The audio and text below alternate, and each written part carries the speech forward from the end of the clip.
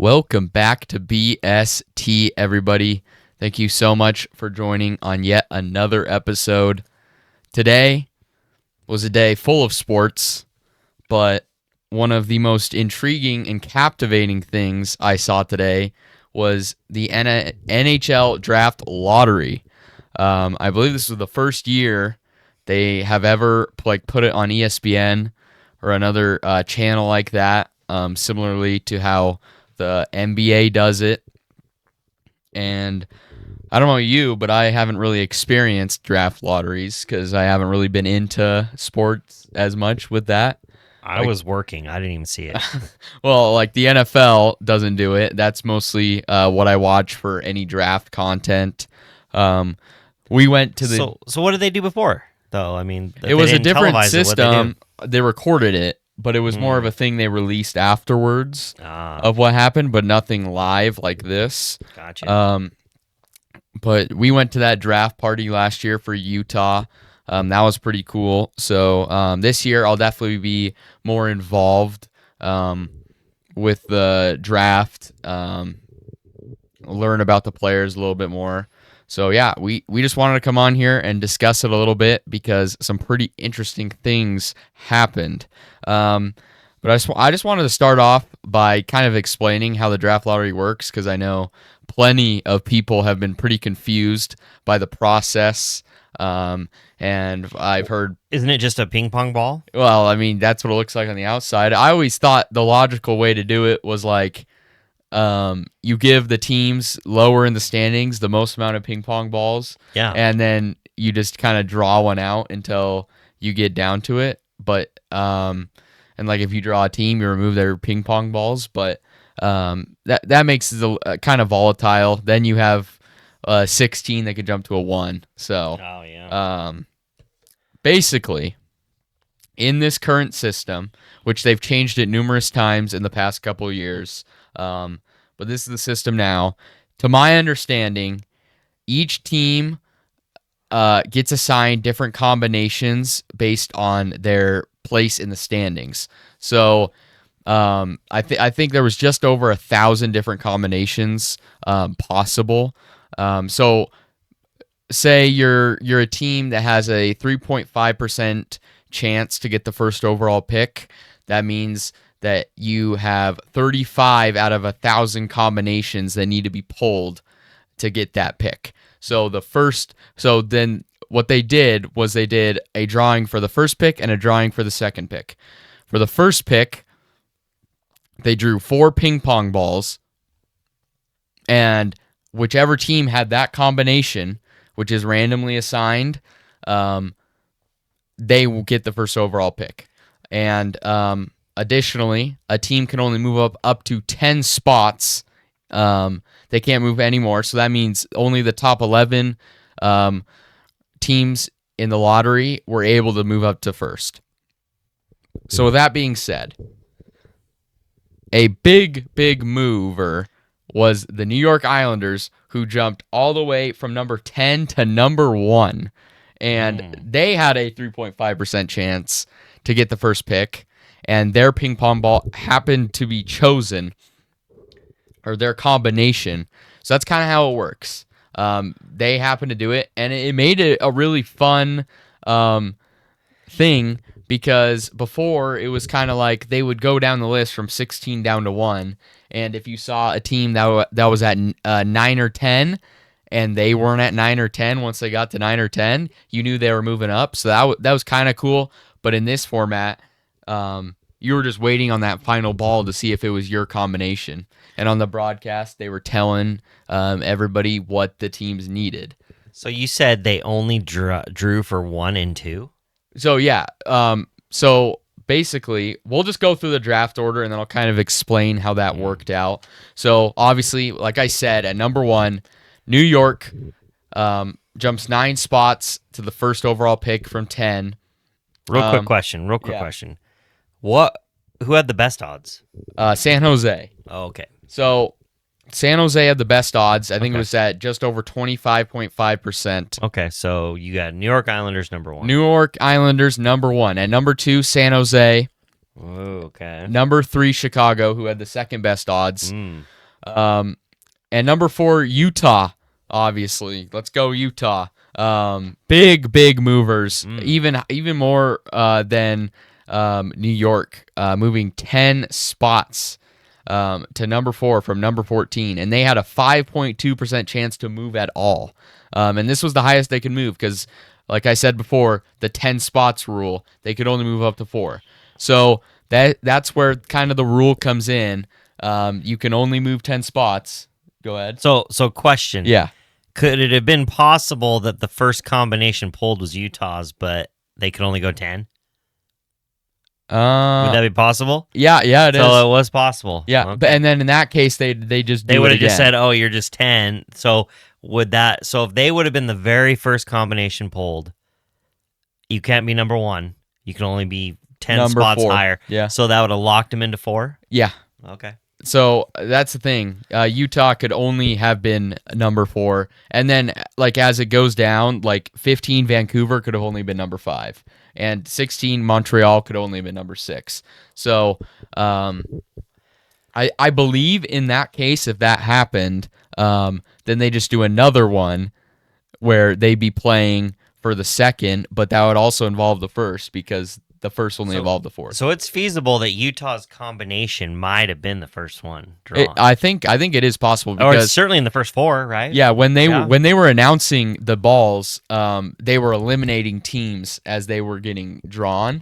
So and that spanned all the way back to 16. Okay. So, but this is where it comes into play here. So obviously New York gets the first pick, they jump. So that pushes San Jose, Chicago, everybody down. But since Utah wins the second pick draw, and their ping pong balls get drawn, this is where Utah vaults up to 4. But since they're only doing those 2 draws and Utah cannot get the second pick, everything else locks into place. And those above number 4, like San Jose and Chicago, will be 2 and 3 because they had the best 2 odds. And then everyone else down from that just slides down 2 spots. So they only did 2 draws. Yeah. And then it locks in by your odds. The 2 draws are first and second pick. So they don't go through the whole thing. No. Okay. So like the NBA. Right? Yeah, like yeah. And I mean, I like it because, it would have been a long process and it was pretty suspenseful. Because right before, especially the Utah one, right before they're like, all right, Utah needs the number 3 ball. And then I can't remember what other team, I think it was like Nashville, Philly, or Boston or somebody. They had like 4 that they could have had for a different combination. Utah only had number 3, I believe, was the ball. And it got drawn. So Utah vaults 10 spots to number 4. Nashville falls 2 spots from 3 to 5. Philly falls 2 spots from 4 to 6. All these teams fell quite a bit, especially considering where they were hoping that they would get a higher pick for some of these rebuilds. And, I mean, it's brutal to have the 14 and the 10 go this high in the draft. Boston from 5 to 7.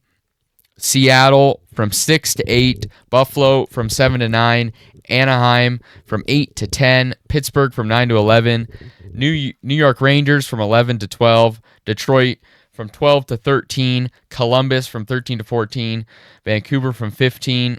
They stay there, and Montreal gets the pick from Calgary, and they are at 16. So that kind of rounds out the draft. Hopefully that made some sense to you guys. I was confused at first, but I did a little bit of research, and I think it kind of makes sense. I think it's a great system. Made it pretty fun to watch. But I wanted to next kind of go over some of the draft prospects. Obviously, there's not a Nathan McKinnon or a Connor McDavid like in past years, and it's kind of an interesting draft. New York, I kind of see it 2 ways for New York. Obviously, they got Colorado's best prospect, Callum Ritchie, in the Brock Nelson trade. Would you like to give some thoughts on how that trade went and what it means for the future? No. Not at all? Nope. 0? All right. No. Well, I'll say it for you.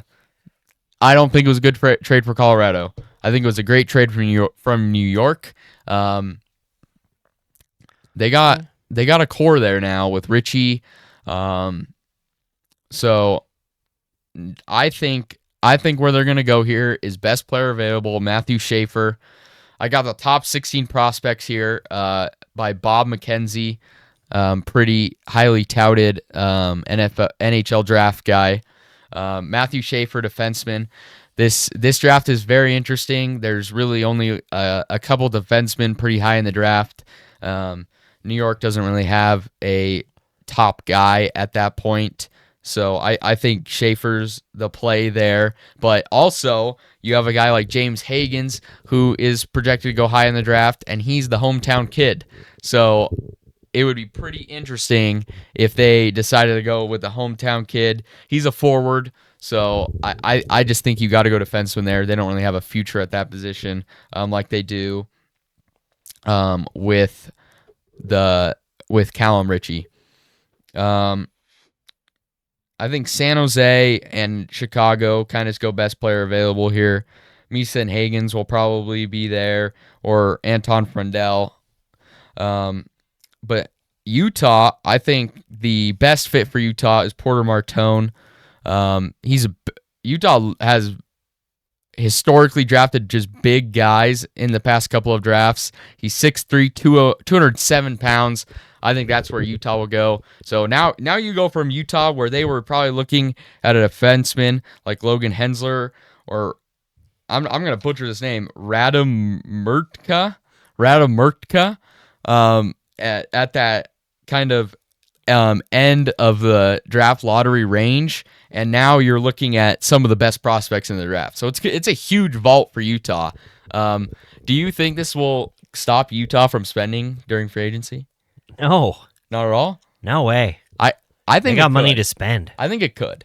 I don't think they should, though. I think they need to spend. I think they... Start spending. I think this... But I think what's so win good... Win now. Mortgage the future, win now. Who cares? No. Win at all costs. Stanley Cup or bust. Let's go. Yeah, if you're Colorado, but Yeah. not if you're Utah. No, if you're Colorado, it's just bust. Okay, fair enough. But I think Utah has a little bit more cushion here, because now, I mean, if you look at Utah's prospects and the guys they got in there now, obviously you have Keller, Cooley, Gunther, and then you got Daniel Boot coming up soon. You drafted TJ Ginla last year, and they already got some guys on their roster like Doan, who could play a role in the top 6 moving forward.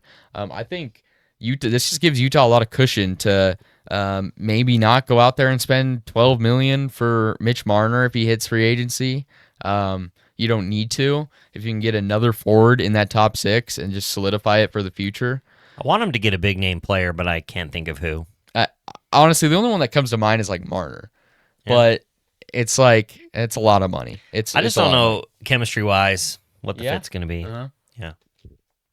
So with there being I feel like Utah probably should have gone defenseman last year. There was a lot of good defensemen right around where they picked. I do like TJ Ginla, but with the forwards available here, but obviously I don't think they expected to be picking this high, whether that was from the season or in this case the draft lottery.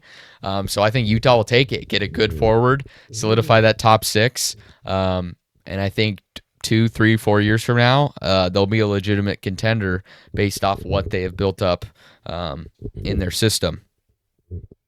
But overall, this draft lottery is kind of just not great, like I said earlier, for the teams who are trying to do a quick retool like Pittsburgh.